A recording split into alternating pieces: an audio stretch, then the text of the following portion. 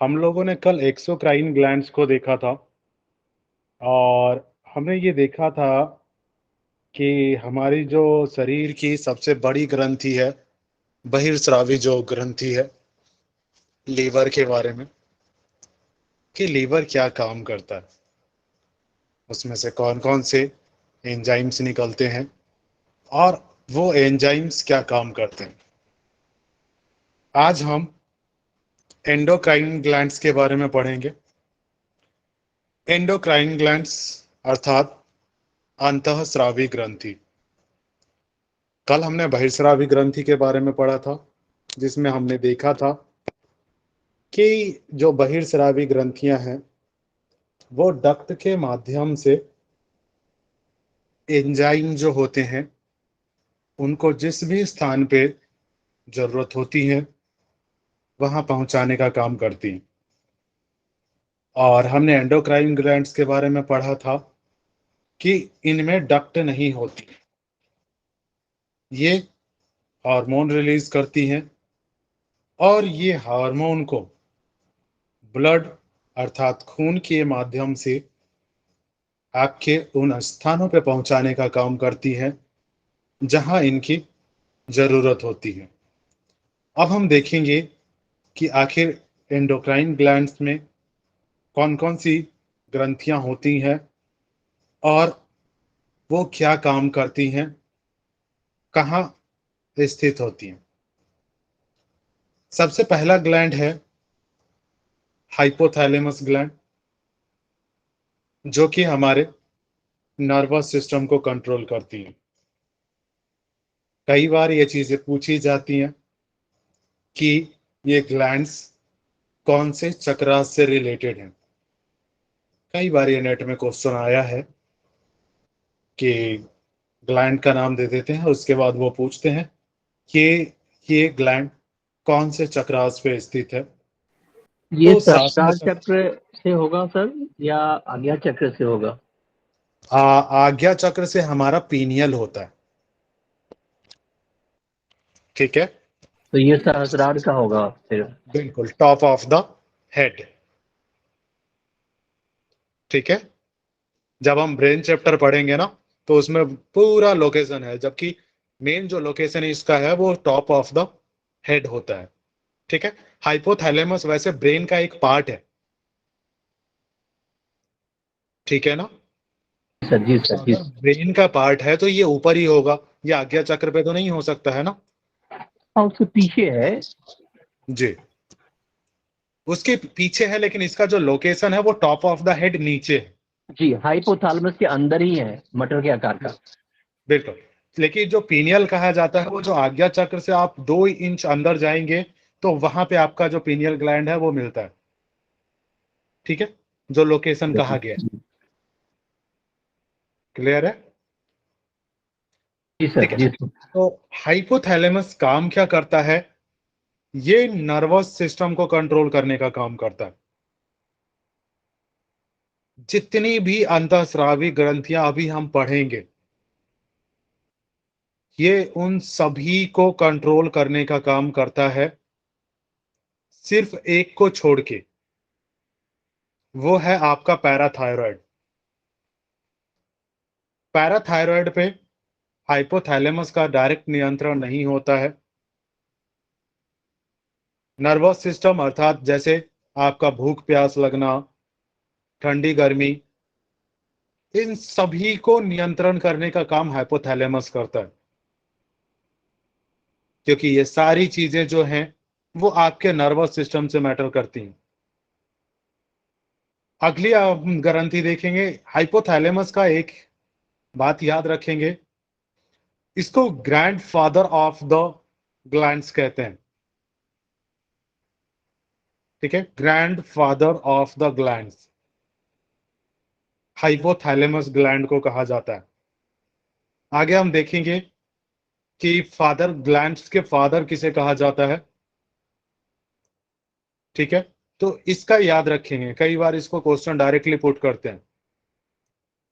Pineal का जो स्थान है, अगला जो हमारी ग्रंथि है वो पीनियल ग्रंथि है, और पीनियल ग्रंथि आज्ञा चक्र पे स्थित है। आज्ञा चक्र से जस्ट 2 से 3 इंच जब अंदर जाते हैं तो वहां यह स्थित है।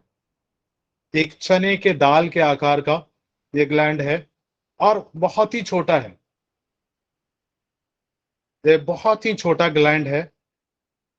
ये जो हार्मोन सिक्रीट करती है वो मेलाटोनिन और सेरोटोनिन, ये 2 ग्लैंड सिक्रीट करती हैं।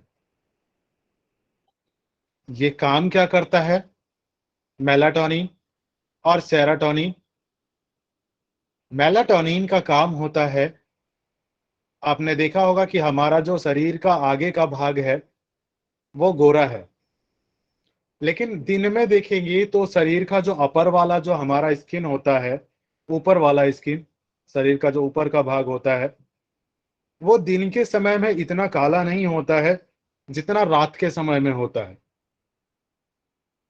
तो मेलाटोनिन जो कलर चेंज करने का काम करता है, हल्का सा डार्क करने का काम करता है, वो मेलाटोनिन करता है, जो कि पीनियल ग्लैंड से निकलता है और ये रात के समय में निकलता है। दूसरा जो ये हार्मोन निकालता है वो सेरोटोनिन हार्मोन निकालता है, और सेरोटोनिन हार्मोन नींद लाने का काम करता है। जैसा कि हमने देखा है कि रात में सेरोटोनिन काम करता है, लेकिन सेरोटोनिन में एक कंडीशंस होती हैं कि ये कहता है कि इसको रिलीज होने के लिए अंधेरा चाहिए। जब तक आप अंधेरे में ना हो तब तक ये रिलीज नहीं करता है। रात में आप देखे होंगे, जैसे ही नींद आने लगती है तो कहते हैं कि लाइट बंद कर देते हैं, या तो लाइट बंद कर दीजिए। क्यों? क्योंकि वहां सेरोटोनिन निकलता है और वो नींद लाता है। बच्चों को देखे होंगे, बच्चों में सेरोटोनिन की मात्रा काफी ज्यादा मात्रा में निकलती है। तो बच्चे बच्चों को हल्का सा सिर्फ थपकी दे दें और बच्चे सो जाते हैं। उनको सिर्फ गोद में लेने की देर होती है, सो जाते हैं। उनको जितने देर छोड़ दें आप, उतने देर वो सोते रहेंगे। तो उनमें सेरोटोनिन की जो मात्रा होती है वो काफी ज्यादा होती है। वृद्धा अवस्था में भी ये चीजें थोड़ी सी कम हो जाती हैं, क्योंकि पीनियल ग्लैंड थोड़ा सा कम एक्टिव होता है। क्योंकि जैसे जैसे एक नेचुरल बदलाव होता जाता है शरीर में, वहां ये ग्लैंड थोड़ा सा वीक होना शुरू हो जाता है। ये चीज का ध्यान रखेंगे। इसको बायोलॉजिकल ग्लैंड के भी नाम से जाना जाता है, क्योंकि ये काम नींद लाना, रंग काला करना बायोलॉजिकल है। तो ये बायोलॉजिकल ग्लैंड के नाम से भी जाना जाता है। मैंने बताया कि ये बच्चों में ज्यादा सक्रिय होता है। धीरे धीरे बड़े होने पे 15 साल से ऊपर जैसे जैसे उम्र होती है, इसका प्रभाव धीरे धीरे कम होता चला जाता है। अब हम देखेंगे थायराइड ग्लैंड।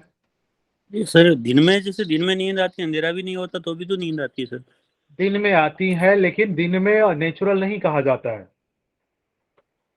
दिन के नींद को आप नेचुरल कहेंगे क्या? नहीं।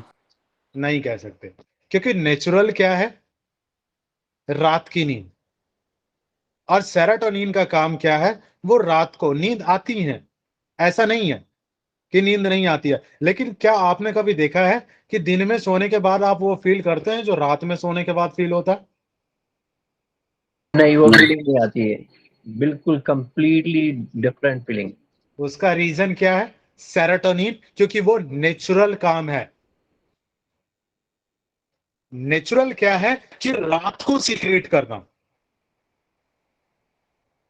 ठीक है, तो रात की नींद इसीलिए अलग होती है क्योंकि वो नेचुरल होती है। ठीक है, चल, अगला जो हमारा ग्लैंड है वो है हमारा थायराइड ग्लैंड। और थायराइड ग्लैंड कहां होता है? ये हमारे विशुद्धि चक्रा अर्थात कंठ प्रदेश में स्थित होता है। ठीक है, थायराइड को सबसे बड़ी अंतःस्रावी ग्रंथि भी कहा जाता है।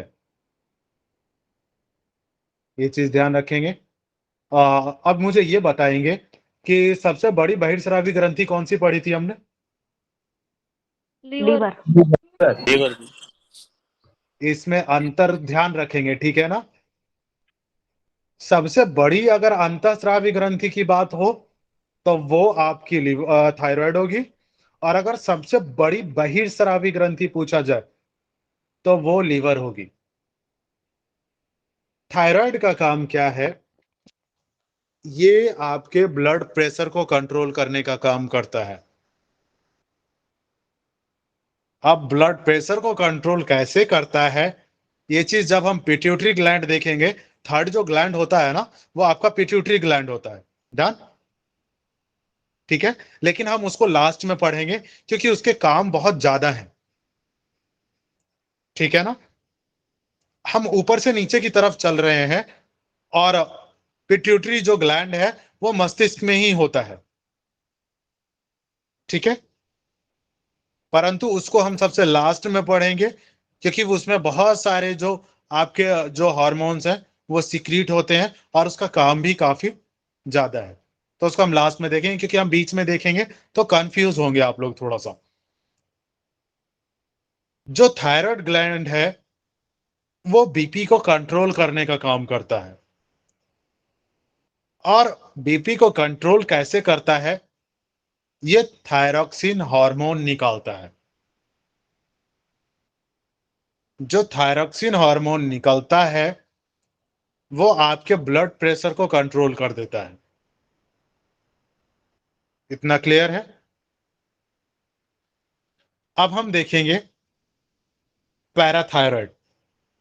थायराइड के जस्ट पीछे दो छोटी छोटी होती हैं जिसे हम पैराथायराइड कहते हैं। पैराथायराइड का पीयूष का नियंत्रण नहीं होता है। इसको थोड़ा सा करेक्ट करेंगे। हाइपोथैलेमस हाइपोथैलेमस का जो था वो नर्वस सिस्टम को कंट्रोल करता है, तो वो सभी को कंट्रोल करेगा, ठीक है। लेकिन पिट्यूटरी ग्लैंड जो कि सभी ग्लैंड को कंट्रोल करता है, लेकिन इसको कंट्रोल नहीं कर पाता है, ठीक है। पिट्यूटरी ग्लैंड का पैराथायराइड के ऊपर नियंत्रण नहीं होता है, ठीक है। पैराथायराइड से ये चीज सिंपल है, बिल्कुल आपको याद करने में बहुत इजी होगा कि पैराथायराइड से पैराथायरोक्सिन नामक हार्मोन निकलता है, ठीक है। पैराथायरोक्सिन में कैल्शियम और फास्फोरस इसकी मात्रा सबसे ज्यादा होती है। क्लियर है? नेक्स्ट हम देखेंगे थाइमस ग्लैंड। ये थाइमस ग्लैंड हमारे अनाहत चक्र पे रिलेटेड होता है। इसका जो लोकेशन है हमारे अनाहत चक्र पे होता है। ये करता क्या है? ये प्रोटीन और लिम्फोसाइट का निर्माण करता है, ठीक है। प्रोटीन क्या काम करता है? जैसे मैंने पहले भी बताया था, प्रोटीन का काम क्या था? एनर्जी देना, ठीक है ना। आगे जब हम देखेंगे तो ये देखेंगे कि प्रोटीन भी टूटता है। शरीर में वृद्धि करना होता है। बिल्कुल, ठीक है। प्रोटीन का काम होता है क्योंकि एनर्जी निकलेगी तो शरीर की जो वृद्धि है उसमें सहायक होती है, ठीक है ना। प्रोटीन का आपका जो कार्बोहाइड्रेट होता है वो ऊर्जा का काम करता है, तो वहां से आपको जो वर्क करने के लिए होती है वो एनर्जी मिलती है। और ये जो प्रोटीन मिलता है, बच्चों में आपने कभी देखा है कि बच्चे, अगर बच्चों को आप खाना ना भी दें वो दिन भर बिना खाने के खेल सकते हैं, है ना। हम लोग भी जी। जैसे बचपन में थे तो हम लोगों को जबरदस्ती पकड़ पकड़ के घर लाया जाता था कि जी। आपको खाना खाना है, जबकि हमें यह लगता नहीं था कि हमें खाना खाना भी है, बस खेलना है। उसका रीजन क्या होता है? प्रोटीन का निर्माण ये थाइमस ग्लैंड कर रहा होता है, जो कि उसको एनर्जी देता चला जाता है और उसको खाने की जरूरत महसूस नहीं होती है। दूसरा इसमें निकलता है लिम्फोसाइट। अब हम देखते हैं लिम्फोसाइट का काम क्या होता है। आपने बच्चों को देखा होगा, मिट्टी क्या भर भर के खाते हैं, खाते हैं ना, कहीं से भी मिट्टी उठाई और मुंह में। मिट्टी छोड़िए, उनको जो चीज भी दिख जाए वही चीज मुंह में। लेकिन बच्चे फिर भी बीमार नहीं पड़ते हैं। उसका रीजन होता है लिम्फोसाइट।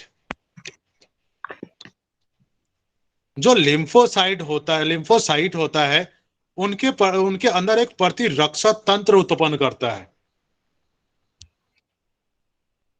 जो चीजें भी खाते हैं वो उनको डाइजेस्ट कर देता है।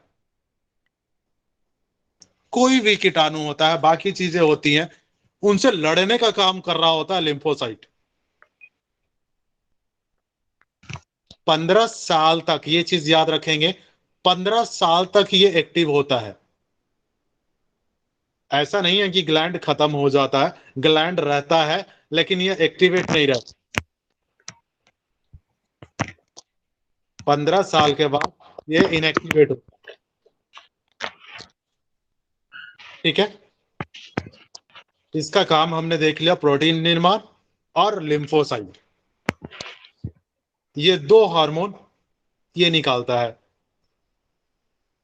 डन। अब हम देखिए आगे बढ़ते हैं। अब हम देखेंगे एड्रिनल ग्लैंड्स। सर जो थाइमस ग्लैंड होता है वो तो थाइमोसिन थाइमिन फर्स्ट और थाइमिन सेकंड रिलीज करता है, सेक्रेट करता है ना। थाइमोसिन। जी सर, थाइमोसिन थाइमिन फर्स्ट और थाइमिन सेकंड सेक्रेट करता है, जो लिम्फोसाइट्स को संश्लेषण में मदद करते हैं, हेल्प करते हैं। वो जब आप डीपली पढ़ेंगे ना जी तो उसमें आपको ये चीजें मिलेंगी। जी ठीक है, आपका बायोलॉजी बैकग्राउंड होगा इसीलिए, क्योंकि हम लोगों में इतना ज्यादा नहीं है।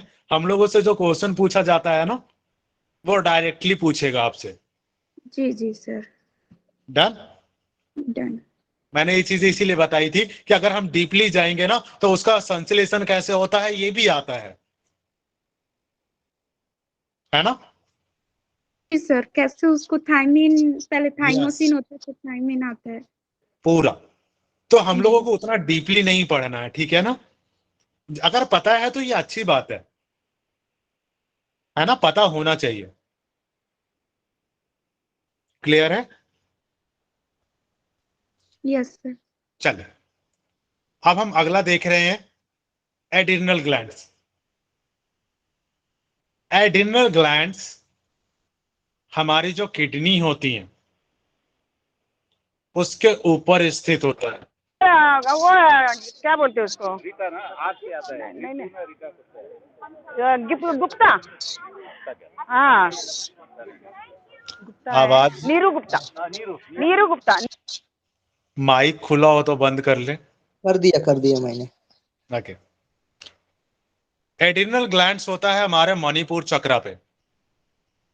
मणिपुर चक्र का स्थान क्या है? नाभि पर। नाभि पर। और इसका आपका जो किडनी होता है उसका स्थान कहाँ होता है? और हमारे लास्ट रीब होता है ना उसके नीचे होता है, दोनों साइड में होता है किडनी। नाभि के नीचे just लेफ्ट राइट बोथ नीचे। साइड। पीछे, पीठ के नीचे। नाभि के अगर पीछे जाएंगे ना जहां रिबकेज ओवर होता है, जस्ट वहां पे स्थित होता है दोनों साइड। ठीक है, उसके साथ ही स्प्लीन भी लगा होता है। बिल्कुल स्प्लीन साथ में pancreas, होता है हाँ। आपके। ठीक है, जब हम उसको पढ़ेंगे ना, आपका जो एक्सक्रिएशन ब्लड वाला जब हम पढ़ेंगे ब्लड वाला। तो वहां क्लियर मिलेगा आपको। ठीक है, ये जस्ट मैंने आपसे पूछा नॉर्मली। नेक्स्ट है, देखिए हमारा जो एड्रिनल ग्लैंड्स है, ये एडर्नेलिन हार्मोन निकालने का काम करती है। ठीक है, एडर्नल से एडर्नेलिन, ये हार्मोन निकालती कब है? जब हमारे आपात स्थिति आ जाती है ना, इमरजेंसी। कभी देखे हैं आप, बड़ा गुस्से में होते हैं, गुस्से में जैसे ही होते हैं ना, आपका पूरा शरीर अकड़ जाता है ना, फेस बिल्कुल लाल।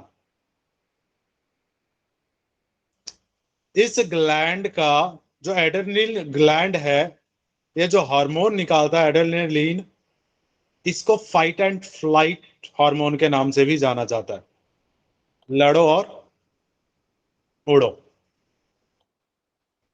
गुस्से में आता है तो देखते हैं, मारता है और मारने के बाद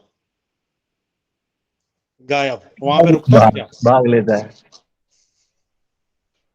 और गुस्से में होता है, और ये निकलता भी तभी है जब आपको ज्यादा गुस्सा आएगा ना, ये वहां से अपना जो हार्मोन है वो सिक्रीट कर देगा, और सिक्रीट करते ही बीपी का लेवल बढ़ जाएगा, ब्लड प्रेशर का लेवल हाई। और ब्लड प्रेशर का लेवल हाई होते के साथ ही आप कुछ भी करने को तैयार हो जाएंगे। देखिए, ब्लड प्रेशर का जब लेवल हाई होता है, वो अपने कंट्रोल में होता है क्या? बिल्कुल भी कंट्रोल में नहीं होता है। ठीक है, ये चीज ध्यान रखेंगे। कई बार पूछता है, फाइट एंड फ्लाइट किस हार्मोन को कहा जाता है, या तो आपात हार्मोन कौन सा है, और कहां से सिक्रीट होता है। ठीक है, अब देखिए अगला जो हमारा ग्लैंड है, ये गोनाड ग्लैंड। ठीक है, जिसको हम जनन ग्रंथि भी कहते हैं। ठीक है, और जनन ग्रंथि से जो हार्मोन निकलता है वो स्टेरॉयड होता है। क्लियर है? बाकी जो हार्मोन निकलता है वो प्रोटीन होते हैं, ये चीज याद रखिएगा। जनन ग्रंथि से ही सिर्फ एक ऐसा हार्मोन निकलता है जो स्टेरॉयड होता है। क्लियर? अब जी। मेल में जनन ग्रंथि कौन से होते हैं? टेस्टिस। ठीक है, टेस्टिस में जो हार्मोन निकलते हैं, जो बनते हैं जो टेस्टिस में, वो एक तो टेस्टोस्टेरोन होता है। ठीक है, और सेकंड जो होता है वो स्पर्म होता है। टेस्टोस्टेरोन और शुक्राणु का निर्माण किससे होता है? स्टेरॉयड से बना जो होता है वो स्टेरॉयड का बना होता है। क्लियर है? बार फिर अब से हम बताइए सर। देखेंगे, टेस्टेरोन ये आपका थायराइड स्टेरॉइड से बना होता है। ये स्टेरॉयड का बना होता है, बिल्कुल। ठीक है सर। और बाकी जो हार्मोन थे वो किसके बने हुए थे? प्रोटीन। प्रोटीन के। ये चीजें बिल्कुल क्लियर रखिएगा। सिर्फ एक ऐसा जो गोनाड ग्लैंड है ना, इसी से जो निकलता है वो स्टेरॉयड का होता है, नहीं तो बाकी कोई सा भी स्टेरॉयड का नहीं होता। क्लियर? चलिए, जी। अब हम फीमेल में देखते हैं कि फीमेल में जो ओवरी से निकलता है वो कौन कौन से हार्मोन होते हैं। सबसे पहला हार्मोन होता है एस्ट्रोजन। एस्ट्रोजन का काम क्या होता है? ये आपके मेंस्ट्रुअल साइकिल, मासिक धर्म, जो मासिक जो होती हैं मंथली, उनको कंट्रोल करने का काम करता है। इसी की वजह से, एस्ट्रोजन की वजह से आपका जो मंथली साइकिल है वो चलता है। क्लियर है? जी अब सर। देखिए प्रोजेस्टेरॉन का काम क्या होता है। प्रोजेस्टेरॉन का काम होता है जो गर्भ में बच्चा होता है, ठीक है, उसको प्रोटेक्ट करने का काम करता है। किसी को देखे हैं कि जैसे ज्यादातर जो महिलाएं होती हैं उनका कई बार 2 महीने या 3 महीने में भी मिसगैरेज हो जाता है ना? जी। कोई बच्चा जो होता है वो 6 महीने में ही आ जाता है, ठीक है। उसमें होता क्या है, प्रोजेस्टेरॉन की मात्रा कम हो जाती है, या तो गोनाड ग्लैंड जो है वो प्रोजेस्टेरॉन की मात्रा कम रिलीज करता है। क्लियर है? इस वजह से ये दिक्कतें होती हैं। अब हम देखेंगे रिलैक्सिन। रिलैक्सिन क्या काम करता है? जब डिलीवरी होता है, ठीक है, उससे पहले पेन होता है ना? उससे पहले जो पेन होता है वो क्या करता है, जब रिलैक्सिन हार्मोन निकलता है तो वो जो आपके जनन ग्रंथि के आसपास का जो हिस्सा है, आसपास का जो पार्ट है, उसको स्ट्रेच होने में हेल्प करता है, ठीक है। वहां की जो मसल्स है उसको लूज कर देता है ताकि वो प्रॉपर स्ट्रेच हो पाए। क्लियर है? आज के टाइम में ज्यादातर जो डॉक्टर्स होते हैं वो करते क्या है कि आपको नॉर्मल दवाइयां दे दी गई कि आपको डेली खाना है, और कुछ दवाइयां ऐसी होती है जो आपको तो डेली तो लेना ही लेना है, ठीक है।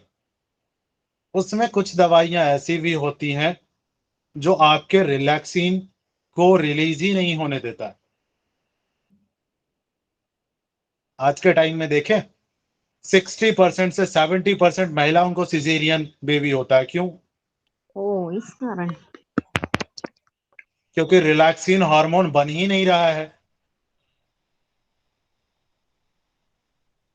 एक और जो महिला देखें, और एक चीज याद रखिएगा, आप जैसे आज के टाइम में महिलाओं को कहा जाता है, जैसे फर्स्ट मंथ में ही ये चीज कह दिया जाता है कि आपको आराम करना है। रियलिटी यही है ना? हम्म। एक चीज बताइए, आप जब कोई वर्क करेंगी ही नहीं, जब कोई मेहनत करेंगे ही नहीं, तो ये रिलीज कहां से होगा? हम्म। गांव की महिलाओं को आपने देखा होगा कि वो 8th मंथ तक भी, 9 मंथ, जब डिलीवरी का पीरियड भी होता है, जब डिलीवरी का टाइम भी आ जाता है, तब भी वो वर्क कर रही होती हैं। और वो जब डिलीवरी के लिए जाती हैं, जब पेन होता है, जब डिलीवरी के जाता है, तो या तो किसी को घर में ही बेबी हो जाता है या तो हॉस्पिटल जाते ही बेबी हो जाता है।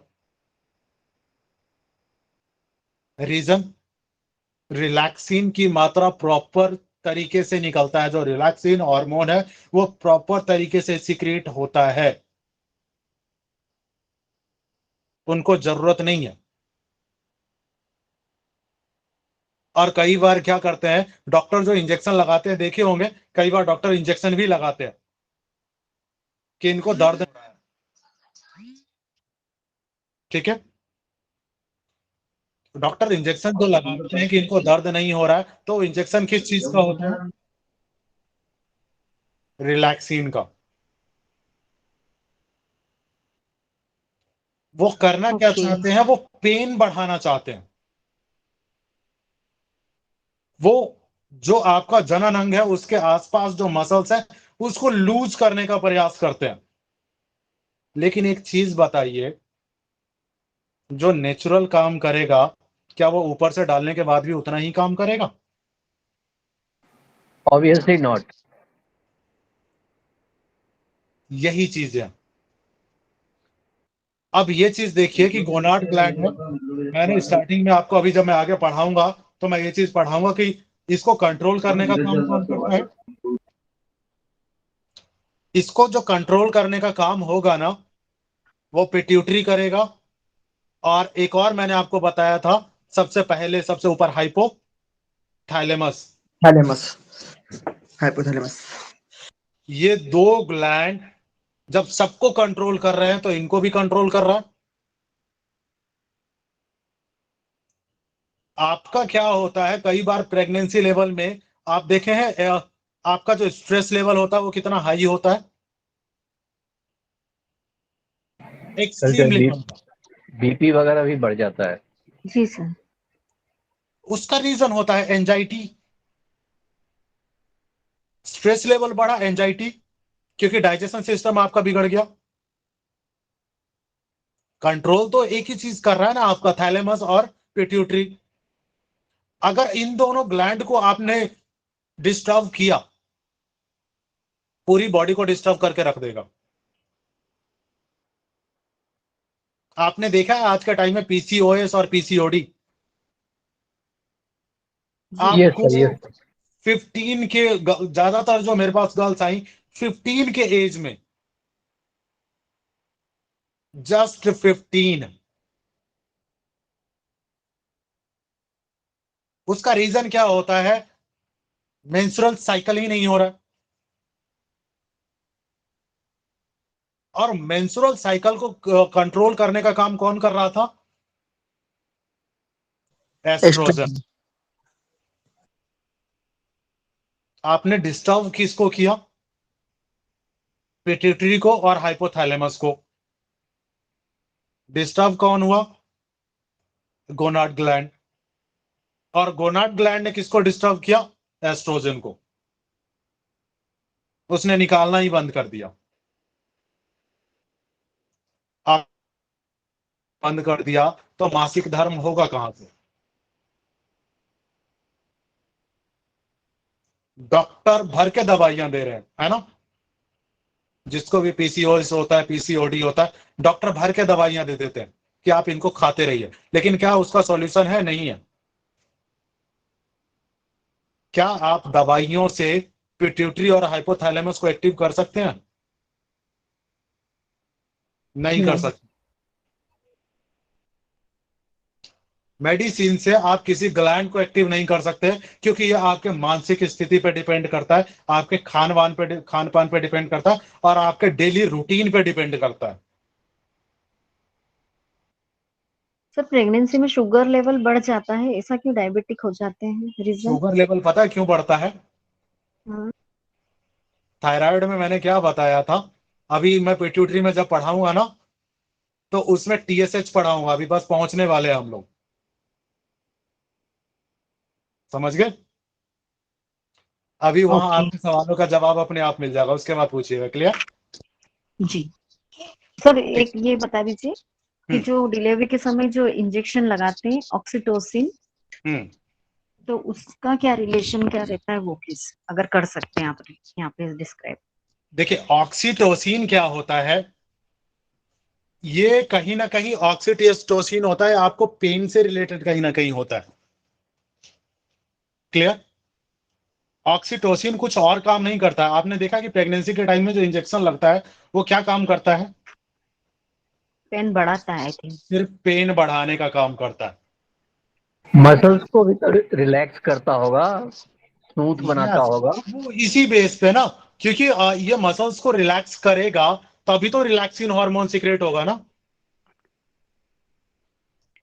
वो जब इंजेक्शन लगाते हैं तो उसमें कई चीजें वो मिक्स करते हैं।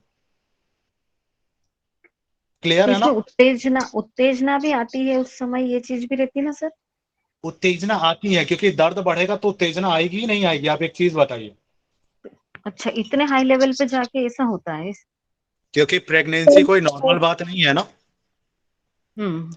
आपको कितने कहा गया कि 100 हड्डियों को टूटने के जितना झेल रही है, 206 हड्डियों के या 311, हम्म। तो सोचिए कितने पेन की जरूरत है, किस लेवल का पेन होगा, तब आप इतना दर्द महसूस कर सकती है या तो झेल सकती है। एक्सट्रीम लेवल का, यही रीजन होता है। ओके। सर जो ऑक्सीटोसिन होता है वो ओवरी को स्पेस देता है ताकि जो बेबी है वो आगे आने में पुश हो सके, इसलिए ऑक्सीटोसिन देना जरूरी रहता है उस समय, प्रेगनेंसी के समय जब क्योंकि उसका डिलीवरी टाइम। रीजन क्या होता है, उसका रीजन क्या होता है, रिलैक्सिन हार्मोन नहीं निकलता है। डन। क्योंकि जी। बेबी कई बार जैसे आपको पेन नहीं हुआ, ठीक है, वो पेन का ही मेनली होता है। क्योंकि एक चीज बताइए, आपको पेन नहीं होगा तो आप पुश नहीं करेंगी ना, पुश नहीं कर सकते, क्योंकि पेन एक्सट्रीम लेवल का होता है, तभी तो आप प्रेशर जनरेट करते हैं। क्लियर है? यस। चलिए अब हम आगे देखेंगे। अब देखिए, अब आगे हम पिट्यूटरी ग्लैंड, जो सबसे इंपॉर्टेंट ग्लैंड है हमारा। ओके, चलिए। पिट्यूटरी ग्लैंड को पीयूष ग्रंथि भी कहा जाता है। ये भी कहां पे स्थित होता है? ब्रेन के बेस में, जहां पे हाइपोथैलेमस होता है, जस्ट उसके पास में होता है। ब्रेन के बेस में, इसको नीचे कह सकते हैं आप। एक पार्ट देखा आपने, जब हम देखेंगे ना स्केलेटन सिस्टम, तो वहां पे देखेंगे एटलस। एटलस भाग पता है कौन सा होता है? एटलस का काम क्या होता है, देखिए। स्टीवन। एटलस एक धुरी पे टिका होता है ना? एक कोई नीचे लगा होता है, उसके ऊपर पूरा टिका होता है। ब्रेन भी हमारा वैसे ही, जो हमारा स्पाइन है ना, जो आखिरी है आपका, जो सर्वाइकल का बोन, सर्वाइकल का जो स्टार्टिंग में सबसे जो ला ऊपर होता है ना, उसको C1। एटलस कहते हैं। स्टीवन। ठीक है, वहां पे जहां पे आपका ज्वाइंट हो रहा है इस स्पाइन से और आपका ब्रेन, क्लियर है, ये वहां पे स्थित होता है। इसका जो आकार होता है 0.6 mm, ठीक है, काफी छोटी होती है। लेकिन सबसे छोटी वैसे अगर ऑप्शन में दिया जाता है ना, तो कई जगह पे देखिएगा आपको पिट्यूटरी ग्लैंड दिया जाता है। क्लियर है? अगर ये पूछे कि सबसे छोटी अंतःस्रावी ग्रंथि कौन सी है, तो ज्यादातर जो ऑप्शन मिलेगा आपको पिट्यूटरी का मिलेगा। पीनियल है ना? है पीनियल, लेकिन मिलता ऑप्शन पिट्यूटरी का है। क्लियर है? हाँ मतलब अगर पीनियल नहीं पिट्यूटरी रहती। पिट्यूटरी ऑप्शन में ना हो, बात समझेंगे, पिट्यूटरी ऑप्शन में ना हो तो आप पीनियल को लगाएंगे। बात क्लियर है? यस। पीनियल सबसे छोटी होती है, लेकिन कई एग्जाम्स में जो ऑप्शन दे देता है वो पिट्यूटरी देता है। जी, क्योंकि वो सेकंड रहती है ना पिट्यूटरी ग्लैंड, सबसे छोटी सेकंड। यस, इसीलिए। ठीक है, तो कंफ्यूज नहीं होंगे, वहां पे बस ऑप्शन देखना है आपको। इनमें से दोनों में से जो मिल गया उसको लगा दें। अगर अब दोनों हो तो देखिए जी, अगर दोनों ऑप्शन में दिया है तो उसको पीनियल को बिल्कुल करेंगे नहीं, ना? बिल्कुल नहीं देगा। ओके। ठीक है, बिल्कुल भी नहीं देगा दोनों एक साथ। और अगर दे भी देता है तो आप पीनियल लगाएंगे। Yes sir. क्लियर है? यस। अब देखिए, बॉडी को कंट्रोल करने का काम करता है ये मास्टर ग्लैंड कहा जाता है। ठीक है, सभी ग्लैंड्स का नियंत्रण करता है ये। समझ में आ गया? Master gland. और ग्रैंड मास्टर कौन था? हाइपोथैलेमस। इसको क्लियर रखेंगे। ठीक है, ये सभी ग्लैंड को नियंत्रित करने का काम कर रहा है, लेकिन वो हाइपोथैलेमस पूरे शरीर को नियंत्रित करने का काम कर रहा है। क्लियर है? अब देखिए पिट्यूटरी ग्लैंड हार्मोन क्या निकालता है? सबसे पहले ये निकालता है TSH, thyroid stimulating hormone, stimulated hormone. नाम से बिल्कुल क्लियर हो रहा है, thyroid stimulating hormone, stimulated hormone. हमने पढ़ा था कि थायराइड थायरोक्सिन निकालता है ना, पढ़ा था ना? जी सर, जी सर। अब ये क्या है, थायरोक्सिन बनाने के लिए उसको उत्तेजित कौन करता है? टीएसएच। किन्हीं का क्वेश्चन था ना कि कैसे कंट्रोल करता है। अब आपको ये चीजें समझ आई होंगी कि कंट्रोल कैसे करता है। एक चीज बताइए कि जब आपका पिट्यूटरी डिस्टर्ब होगा तब वो टीएसएच निकालेगा क्या? थायरोक्सिन नहीं निकालेगा। तो थायरोक्सिन जब नहीं निकालेगा तो आपका ब्लड प्रेशर क्या होगा? हाई हो जाएगा, क्योंकि उसको कंट्रोल कौन करेगा? क्लियर है ना? थायराइड जो आपका पिट्यूटरी है वो टीएसएच निकालता है, जो थायराइड को सिमुलेट करता है कि वो थायरोक्सिन बनाए या थायरोक्सिन निकाले। सेकंड हार्मोन ये निकालता है एसटीएच, सोमैटोट्रोपिक हार्मोन। और ये सोमैटोट्रोपिक हार्मोन वृद्धि को नियंत्रण करने का काम करता है, वृद्धि को नियंत्रित करने का काम करता है। अब देखेंगे वृद्धि को नियंत्रित। एक चीज देखिए, अगर थायराइड की मात्रा, आप ग्रेट खली को देखे होंगे, एक नॉर्मल आदमी का शरीर नॉर्मल होता है, लेकिन उनका शरीर देखा कितना विशाल का है। उसका रीजन सोमैटोट्रोपिक हार्मोन पे कोई कंट्रोल ही नहीं रहा। वो इतनी अधिक मात्रा में निकला कि ग्रोथ रुका ही नहीं। क्लियर है? अब किसी में इतना कम निकलता है कि वो व्यक्ति बिल्कुल छोटा रह जाता है। देखे होंगे 30 साल 40 साल होने के बावजूद भी हाइट नहीं बढ़ती है। रीजन एसटीएच, सोमैटोट्रोपिक हार्मोन, क्योंकि वहां पे प्रॉपर मात्रा में निकला ही नहीं, तो वो बढ़ ही नहीं पाया, वृद्धि हो ही नहीं पाया। ठीक है? अब देखिए LTH, lactogenic hormone. Sir STH hormone को ग्रोथ हार्मोन भी बोलते हैं ना? बिल्कुल, क्यों? क्योंकि ग्रोथ ही तो कर रहा है ना। जी सर। तो सर बोनेपन के लिए भी ये रिस्पॉन्सिबल है क्या? क्योंकि कम निकलता है ना, तो ग्रोथ होगा कहां से?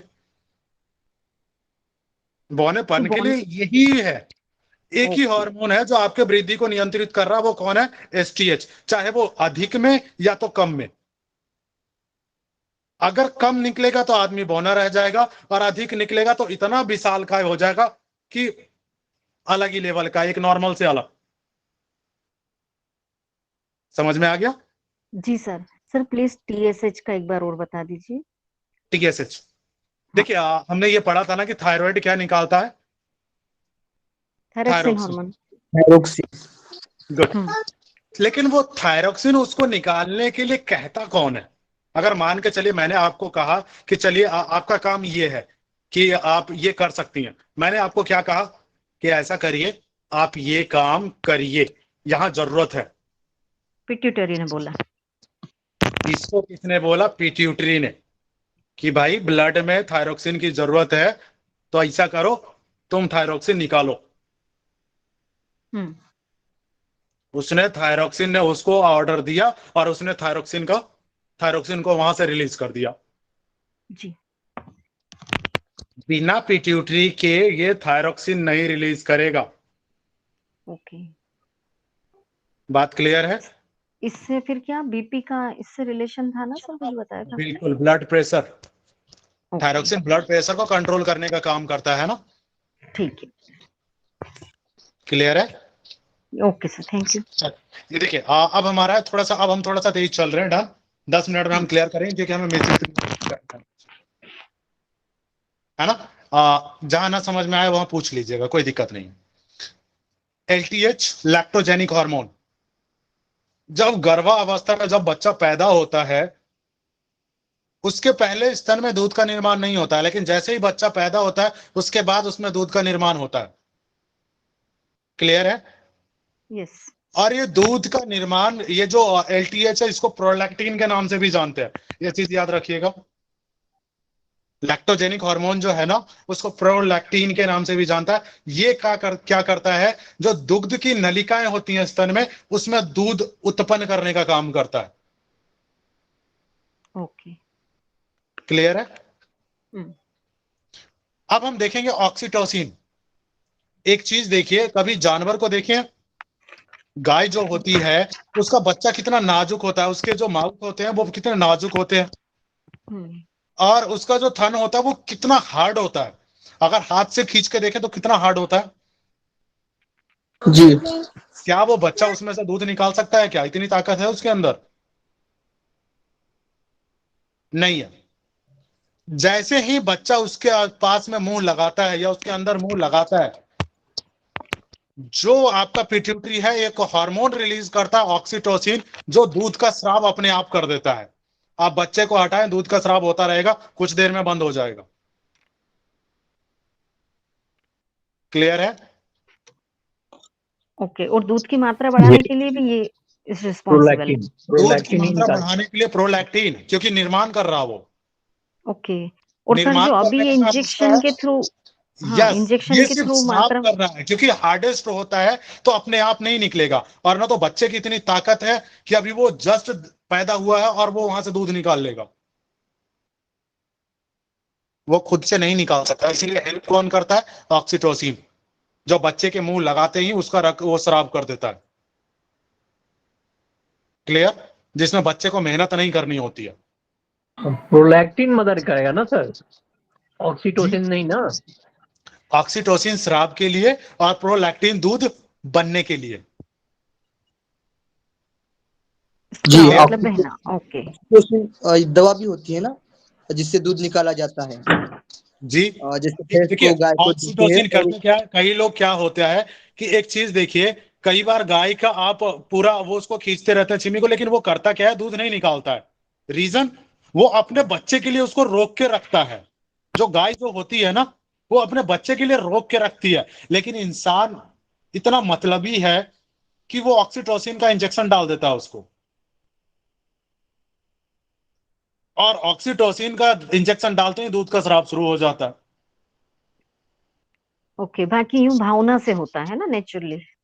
एक चीज बताइए, वो जो थायरॉक्सिन जो ऑक्सीटोसिन निकलती है वो उसके उससे जो उसके पिट्यूटरी से निकलती है, लेकिन इसने क्या किया, आदमी क्या करता है, ऑक्सीटोसिन का इंजेक्शन। वैसे इंडिया में बैन है ऑक्सीटोसिन का इंजेक्शन, क्लियर है, लेकिन फिर भी बिकता है।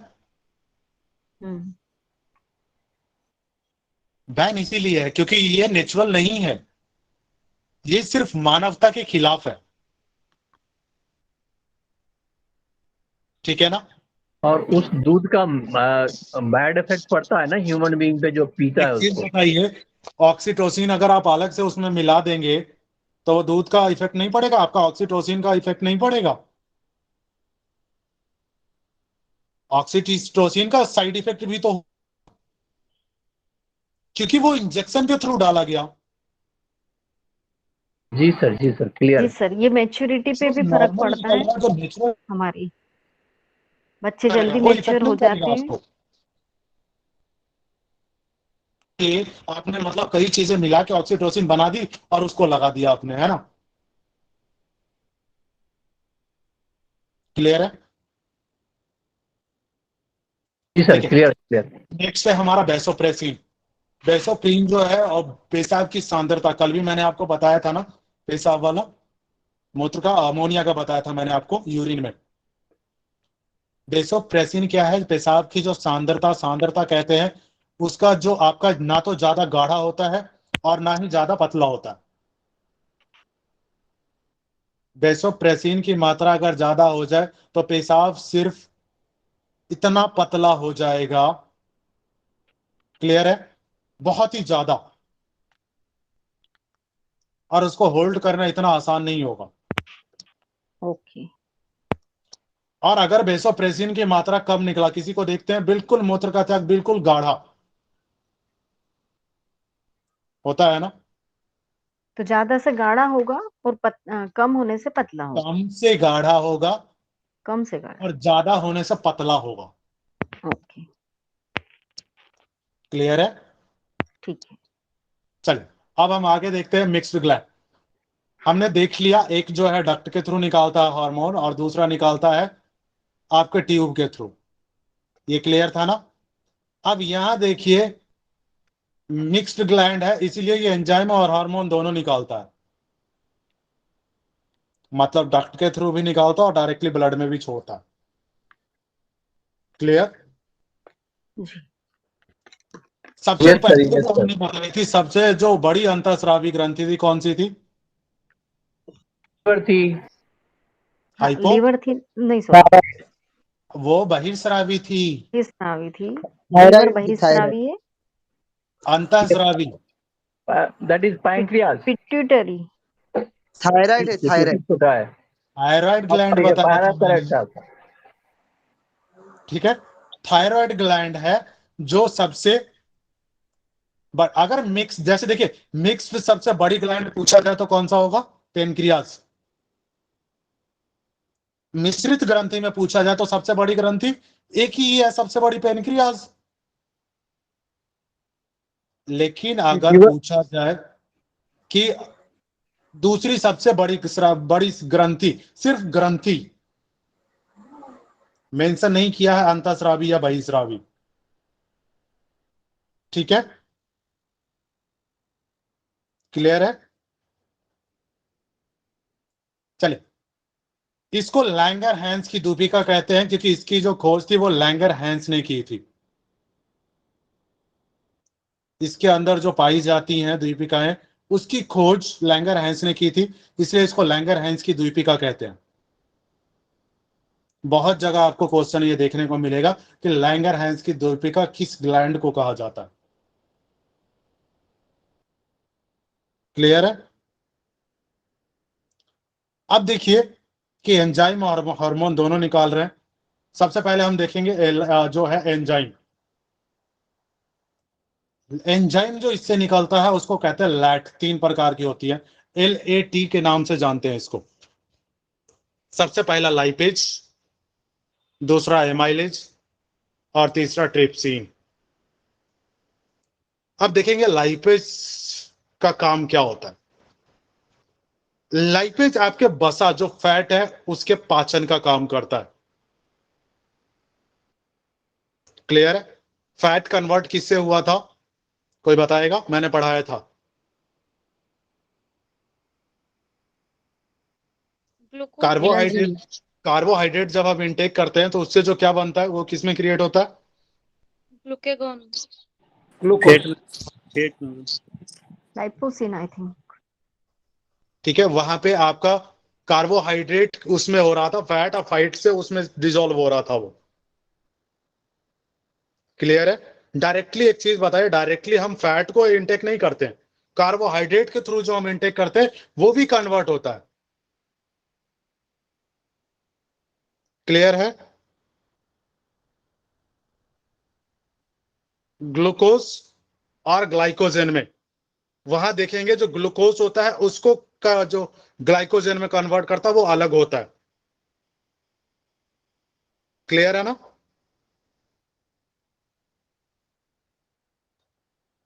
सेकंड है एमाइलेज।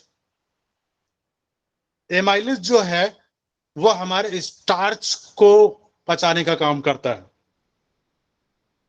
जो हम स्टार्च लेते हैं उसको पचाने का काम करता है ये। और ट्रिप्सिन हमारे प्रोटीन को पचाने का काम करता है। क्लियर है? जी सर। पर सर ये लाइपेज जो वसा के पाचन का काम करता है, तो जब हमारी एनर्जी डाउन होती है तो ये वसा हमारी यूज आती है क्या? ये वही है? लाइपेज वसा का पाचन करता है, बसा अगर इकट्ठी होगी तो क्या होगी? बसा फैट होता है ना, हाँ, फैट तो इकट्ठी होती पाचन है तो क्या कैसे होता होगा? है? पाचन कैसे होता है? पाचन अभी हम बता देंगे ना आपको पाचन कैसे होता है। अच्छा, क्लियर है? ठीक है। ट्रिप्सिन। ट्रिप्सिन प्रोटीन का पाचन का काम करता है। आप खाने में जो प्रोटीन लेते हैं ना, उसको पचाने का काम क्या करता है? उसको कन्वर्ट करने का काम कौन करता है? ट्रिप्सिन। क्लियर है? अब देखिए हार्मोन देख लेते हैं हम। यहां से क्वेश्चन 100% आते हैं। इसमें से जो 3 हार्मोन निकलते हैं, अल्फा, बीटा और गामा। अल्फा सेल से आपका ग्लूकेगॉन निकलता है, और ग्लूकेगॉन क्या काम करता है? अल्फा जो आपका ग्लूकेगॉन है, ये ग्लूकोज को किसमें कन्वर्ट करता है? ग्लाइकोजन में। और ग्लाइकोजन स्टोर किसमें होता है? लीवर में। क्लियर है? ठीक है। ग्लूकोज, ग्लूकेगॉन ग्लूकोज को ग्लाइकोजन में कन्वर्ट करता है। ठीक है। और ग्लाइकोजन जो था, ग्लूकेगॉन जो है, पहले हमने पढ़ा था कि ग्लाइकोजन होता है। ग्लाइकोजन कहाँ होता है? इसको कन्वर्ट नहीं करता है। ग्लाइकोजन हमारे उसमें स्टोर होता है, लीवर में। जी, ठीक है। आपने बताया। ग्लूकोज ही जो होता है वो ग्लाइकोजन में होता है। और ग्लाइकोजन कहाँ कन्वर्ट रहता है? जो ग्लाइकोजन आपका स्टोर कहाँ रहता है? लीवर में। हमने पढ़ा था ना लीवर में जी, कि कार्बोहाइड्रेट से बना था ग्लाइकोजन हमारा। स्टोर रहता है। जी, लेकिन जब ब्लड में ग्लूकोज की मात्रा की जरूरत होगी,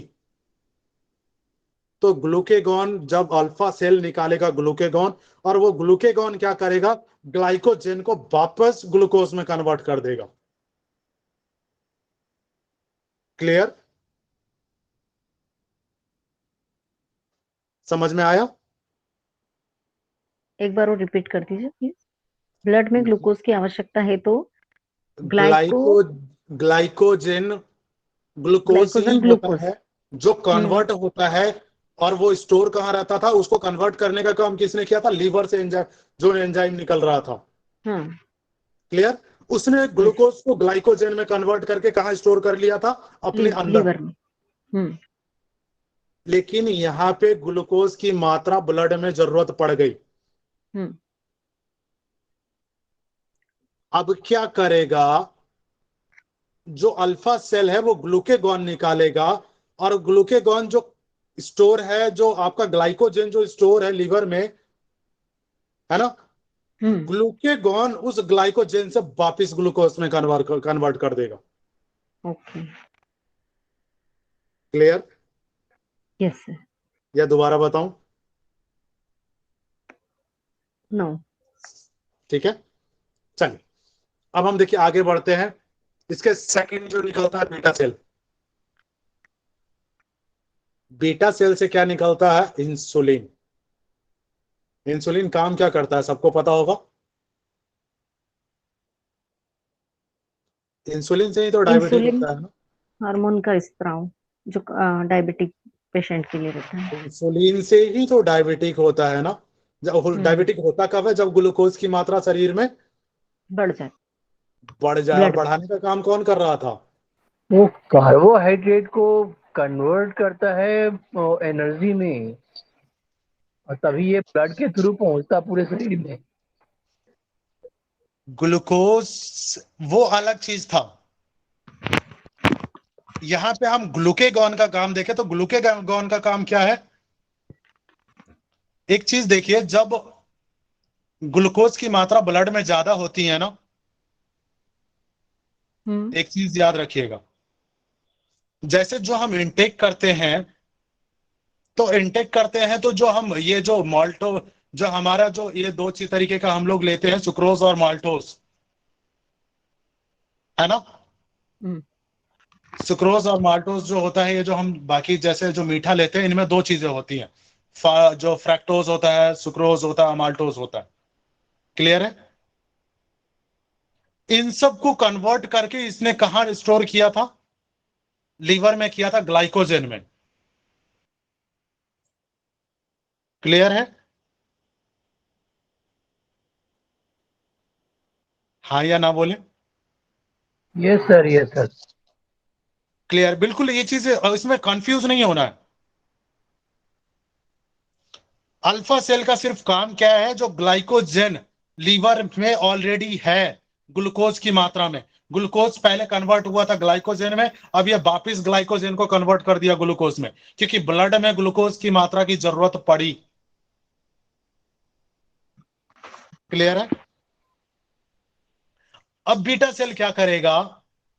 ग्लूकोज की मात्रा मान के चलिए बढ़ गई ब्लड में, वहां पे क्या होगा? अगर बढ़ गई तो फिर कहते हैं चीनिया की बीमारी, डायबिटिक हो गई है। उसका रीजन ब्लड में ग्लूकोज की मात्रा बढ़ गई। ठीक है। अब यहां पे क्या करेगा? बीटा सेल इंसुलिन निकाल देगा। ठीक है। ओके। बीटा सेल इंसुलिन निकालेगा, और इंसुलिन में क्या होता है? जिंक और प्रोटीन। ओके। ये चीज याद रखेंगे, कई बार पूछता है क्वेश्चन कि इंसुलिन में जिंक और प्रोटीन होता है, और इंसुलिन जल में घुलनशील होता है। आगे जब हम विटामिन पढ़ेंगे ना, तो उसमें जल में घुलनशील और वसा में घुलनशील पढ़ेंगे। क्लियर है। ठीक। ये इंसुलिन निकालता है, और इंसुलिन क्या करता है? ग्लूकोज की मात्रा को डाउन। अब आप देखिए कि कहीं ना कहीं जो डायबिटिक के लिए जो है, वो क्या है? एक तो या तो ग्लूकोज की मात्रा एक्सेसिव कर दे। क्लियर है ना। और या तो होगा बीटा सेल, या तो ग्लूकोज की मात्रा बिल्कुल ही कम कर दे। समझ में आया। इंसुलिन भेजेगा, ग्लूकोज की मात्रा इस लेवल तक कम करता है ताकि वो बैलेंस में बना रहे। समझ गए। अगर इंसुलिन ज्यादा मात्रा में निकाल देगा कम, तब क्या होगा? ग्लूकोज की मात्रा कम हो जाएगी। हाइपरथायराइड सुना है ना। ओके, यहाँ से होता है। जब ग्लूकोज की मात्रा शरीर में होगी नहीं, हम्म। एनर्जी मिलेगा कहां से? ओके। बॉडी क्या करता है? जो ऑलरेडी पहले से इकट्ठा है ना, उसको यूज करना शुरू करता, यूज करता ही चला जाता है। देखें कुछ लोग कितने पतले हो जाते हैं। डॉक्टर क्या कहता है? जिंक और प्रोटीन की मात्रा आप में कम हो गई है भाई। हाइपर ना, hyper thyroid. Hyper. Okay. Clear है। यस। इसीलिए वो जिंक की टैबलेट देता है, आयरन की टैबलेट देता है ना, कि आप इसको बढ़ाएं। क्लियर है। ओके। अब बीटा देखिए, लास्ट में है हमारा गामा। गामा क्या निकालता? सोमैटोस्टेटिन। सर तो फिर सोमैटोस्टेटिन का काम है ऊर्जा का स्वांगीकरण। हाइपो भी इसी से होगा क्या रिलेटेड? हाइपर हुआ तो हाइपो हाइपोथायराइड भी बीपी को इससे? कंट्रोल कर रहा था, हाइपो। और ये ग्लूकोज की मात्रा को कंट्रोल कर रहा है। क्लियर। तो इंसुलिन ही इसके लिए रिस्पॉन्सिबल है। बिल्कुल। ओके। क्लियर है ना। ठीक है। चलिए लास्ट हमारा देखिए, लास्ट, हाँ ठीक है, टाइम भी हो रहा है। ये लास्ट है हमारा गामा। ठीक है। गामा क्या निकालता है? सोमैटोस्टेटिन। सोमैटोस्टेटिन का काम क्या है? ऊर्जा का स्वांगीकरण। आप जो खाना खाते हैं, उससे जो ऊर्जा निकालने का काम करता है, उसको ऊर्जा में कन्वर्ट करने का काम कौन करता है? सोमैटोस्टेटिन। ठीक है। जो भी खाना खाते हैं, किसी को खाना लगता ही नहीं है, क्यों? भर भर के खाते हैं, भर भर के खाते हैं, लेकिन होता क्या है, कहते हैं कि हम तो भर के पूरे दिन खाते ही रहना, खाते ही रहना, उसके बाद कहते हैं शरीर में लगता ही नहीं है। क्यों नहीं लगता है भाई? क्योंकि सोमैटोस्टेटिन है ही नहीं जो ऊर्जा को कन्वर्ट, जो खाने का जो है उसको ऊर्जा में कन्वर्ट करे। अगर ऊर्जा में कन्वर्ट ही नहीं हुआ तो ऊर्जा मिलेगा कहां से? क्लियर है? सभी को क्लियर है? ओके, ऊर्जा में कन्वर्ट नहीं होगा तो फिर दुबला ही रहेगा वो बंदा, है ना? कहां से मोटा हो जाएगा? ऊर्जा चाहिए ना। ओके। बिल्कुल आलस आलस सा देखें, बिल्कुल आलसी, या तो कुछ करने का मन नहीं कर रहा है, कहां से करेगा? ऊर्जा ही चाहिए ना। हम्म। जब वो सोमैटोस्टेटिन निकला ही नहीं तो वो ऊर्जा बनाएगा कहां से? खाने से। खाना खाया और वेस्ट। क्लियर है? ओके। चलिए, तो ये आज हमारा ग्लैंड का चैप्टर कंप्लीट हुआ। सभी को क्लियर है ना?